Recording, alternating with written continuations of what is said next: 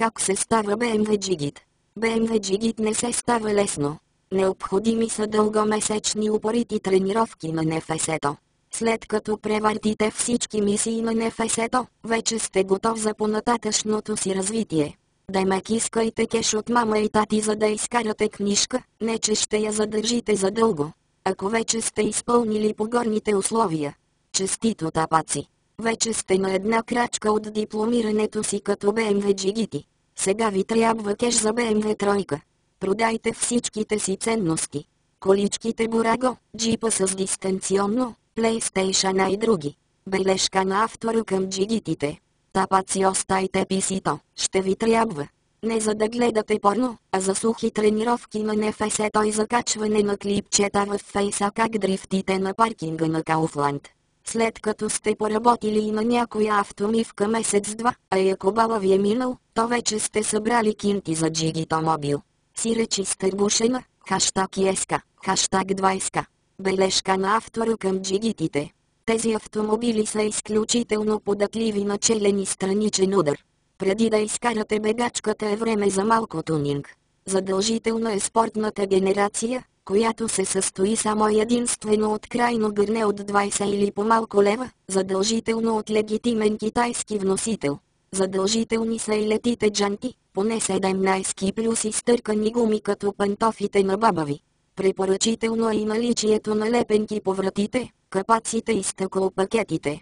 С надписи Drifting BG, BMW Power BG, Remus, M-Power и други. Противно на всеобщото мнение, тези лепенки не дават допълнителни конски сили на джигито мобила ви, те са просто за класа и авторитет. Снимайте я преди да я изкарате в околната среда и я качете в фейса. Не за друго, а преди да сте я разбили в някой стълб. Най-удачна е покупката на такъв автомобил през зимата. Сезона, когато всяко изтърбушено малолитражно BMW става M-Power. Начин на движение в градска обстановка. При потегляне от светофар, задължително палнете гумите и се залепете до бронята на колата пред вас. Изпреварете я отдясно. Ако я изпреварвате отляво, поне засечете някой. Друг научен факт е, че България е единственото място в Вселената, на което е възможно да ви удари BMW отзад, докато изпреварвате. В 90 градусов завой се влиза с вратите с повишено внимание за стълбове, дървета, пешеходци или друг обект, който може да ви повреди колата. Когато видите пешеходец да пресича по пешеходна пътека, дайте газ. Ако видите, че няма да преминете пръв, ударете спирачки. Не си струва заради един бълък да сменявате броня, фарове, капак и стъкло. Бележка на автора към пешеходците. Ако чуете свистене на спирачки, последвано от изрази като "Къде ходиш бе нещастник, майка ти подкатаве, по-бързо бе бълък, ще те убие копеле", то това не са обиди, а предупреждения, че следващия път при подобно пресичане може да ви стържат от асфалта.